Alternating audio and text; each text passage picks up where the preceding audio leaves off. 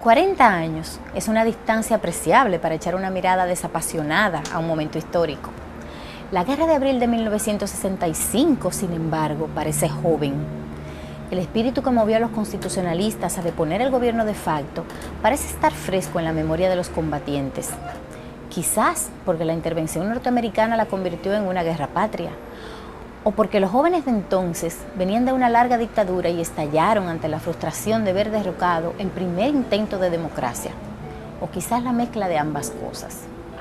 Pero hay 40 años de por medio, y por lo menos 2 generaciones de la República Dominicana, cuya población es eminentemente joven, ni siquiera habían nacido cuando todo esto ocurrió. ¿Cómo entonces contar esa historia? ¿Cómo acercar esos hechos a la mayoría joven? Al surgir la intención de hacer estos reportajes, decidimos hacerlo no desde los personajes protagonistas, sino desde los lugares, poniendo el foco periodístico en ellos como escenarios de los acontecimientos. Saber que los sitios por donde hoy transitamos, sitios que sentimos nuestros en la ciudad, fueron un día lugares de combate o de importantes decisiones y manifestaciones, nos acerca a la historia y despierta el interés de saber más. Quizás estos reportajes cumplan con ese objetivo. De nuestra parte, la experiencia ha revelado otras cosas.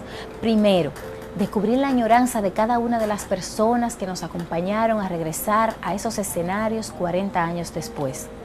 Al recordar lo que parecen haber sido tiempos felices a pesar de la guerra.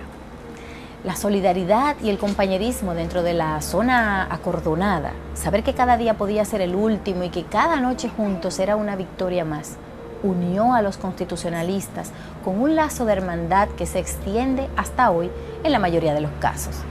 El dolor de las pérdidas también revivió al volver a los lugares marcados por los acontecimientos. Lo segundo y más importante que sacamos de esta experiencia y lo que quizás se debe ver a 40 años de distancia es la victoria moral de la causa que salió derrotada militarmente. Las 5 personas entrevistadas en estos reportajes coinciden al evaluar la Guerra de Abril como el hecho que impidió para siempre los intentos de desconocer la voluntad popular. Jamás ha habido un golpe de Estado en la República Dominicana y eso es una victoria mayúscula.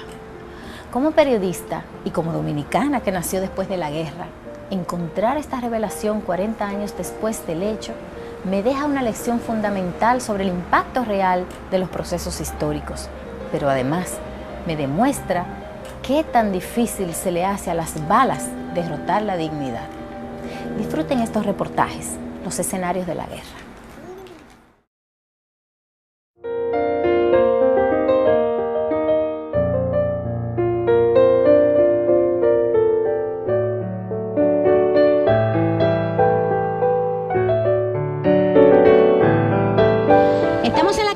Puente Duarte, uno de los escenarios claves de la Guerra de Abril.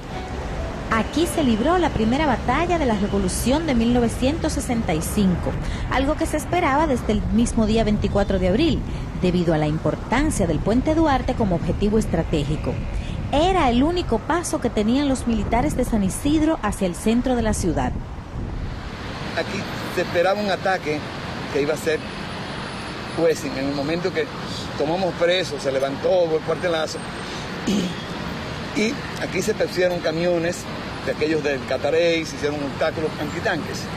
Ese día no pasó gran cosa aquí se pusieron algunas baterías de cañones, vino mucha tropa, muchos militares aquí.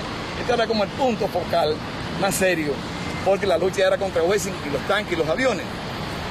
A partir del día 25, Wessing, el grupo de San Isidro, atacaron el palacio, donde estaba Molino Ureña ya como presidente provisional, y atacaron el puente. Los días 25 y 26 de abril, la situación en el Puente Duarte se agravó. Las tropas de San Isidro produjeron serios ataques con artillería y desde aviones de la Fuerza Aérea. La mayoría de las víctimas fueron civiles. Los grandes criminales fueron los pilotos, que mataron indiscriminadamente miles de personas aquí en la ciudad de Santo Domingo, y sobre todo en el área del puente. Pero ya el día 27, desde antes de amanecer, estaba la Fuerza Aérea aquí, ametrallando y soltando bombas de todo lo que tenían, soltaban aquí en el puente.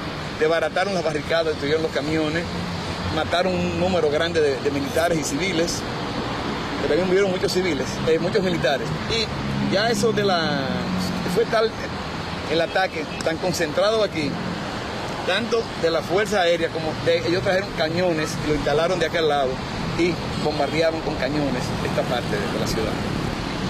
Barcos de la Marina de Guerra también bombardeaban desde el mar hasta aquí, caían por donde quiera esos proyectiles. Pero aquí fue donde se recrudeció grande la lucha, el enfrentamiento. Ya eso de las 10 de la mañana estaba todo destruido aquí y prácticamente desguarnecido. Ya había miles de muertos y miles de heridos en ese momento, aquí en esta zona. Claudio Camaño relata que llegado ese momento, el entonces presidente provisional Rafael Molina Ureña ordena al coronel Francisco Alberto Camaño dirigirse al puente Duarte a encabezar el contraataque. Minutos después, Molina Ureña se asilaría en una embajada. Creyendo algunos que la derrota era inminente, Radio Televisión Dominicana fue abandonada, con lo cual los constitucionalistas quedaron sin comunicación. El contraataque es un poco antes del mediodía. ¿Cómo se planifica un contraataque cuando tú tienes bombardeo desde el otro lado del río, desde tierra? Tienes bombardeo desde los aviones y hay barcos de la Marina también bombardeando desde el mar.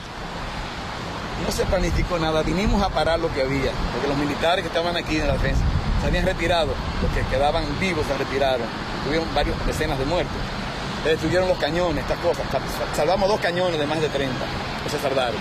Ese Camaño llega, vinimos por aquí por la calle Barahona, y cuando llegamos a cruzar la Duarte, ya Wessing y sus tropas estaban en la bomba de gasolina que quedaba, en la Duarte con Amado García Guerrero, o sea 27 de febrero. Éramos menos de 150 personas armadas en ese momento.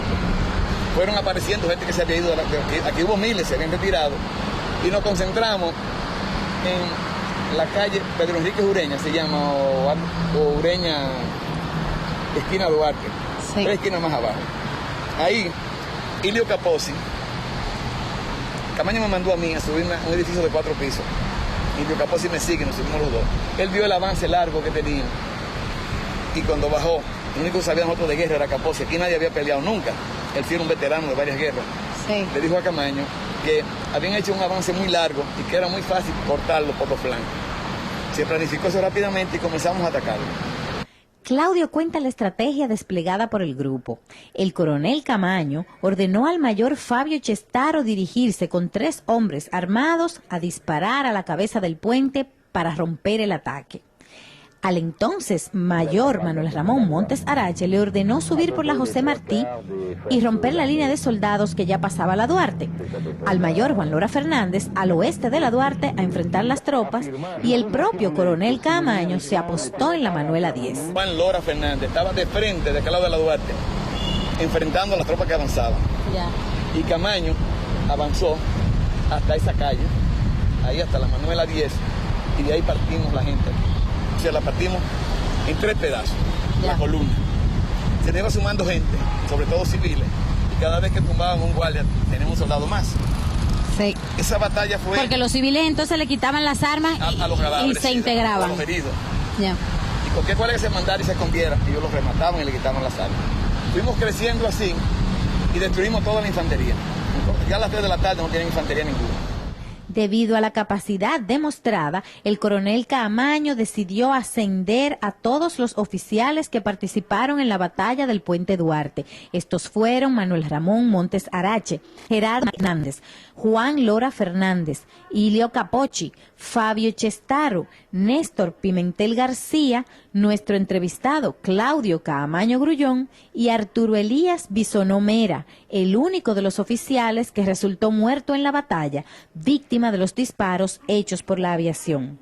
Era tan duro esto. Mira, toda esta zona que tú ves aquí, toda la zona que ves, fue prácticamente destruida. Había sitios que habían huecos en la calle de 6-7 metros, bombas de 500 libras, se debieron hacer eso esta gente de la Fuerza Aérea. Aquí no había ni comunicación, ni había agua, ni había energía eléctrica, ni nada. Y los muertos, estaba la calle llena de muertos y de escombros, de vehículos, de casas, de cosas de estas. Pero la gente estaba con una actividad combativa tremenda. O sea, el error de ellos fue mandar primero la infantería, que avanzó tanto. Destruimos la infantería ya a las 3 de la tarde, entonces mandaron los tanques, un poquito antes de las 3. Mandaron los tanques sin ningún tipo de protección de infantería. Para Claudio, la batalla del puente fue determinante para todo lo que pasó después, incluso la invasión norteamericana al día siguiente, el 28 de abril. Ningún tanque avanzó por esa calle ni por aquella calle, donde estaba el grosso del combate. Uno venía aquí, se le hizo un disparo con un cañón que siguió de largo, no le dio al tanque y cayó en una casa, lamentablemente, mató a una gente en el Sancho Sama. El tanque se devolvió y salieron aquí los dos tanques. Ya el tiro, sabíamos tirar mejor, ya le dimos al tanque y lo abrimos por abajo. Y el otro se entregó. Ahí cogimos dos tanques, todo lo que entraron, pues algunos que se desviaron, por la manera de hacia arriba, pero no teníamos artillería por ahí, fueron capturados más adelante por la gente. La magnitud de la tragedia se aprecia en el hecho de que no hubo prisioneros. La masa de civiles, una vez capturaba a los militares de San Isidro, los mataba en el acto.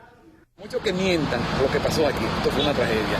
Y las Fuerzas Armadas, hoy felizmente, no son las Fuerzas Armadas que se comportaban como tropas de ocupación en su propio país. Hoy son verdaderas Fuerzas Armadas. Son los ejemplos que nos quedan de esta tragedia.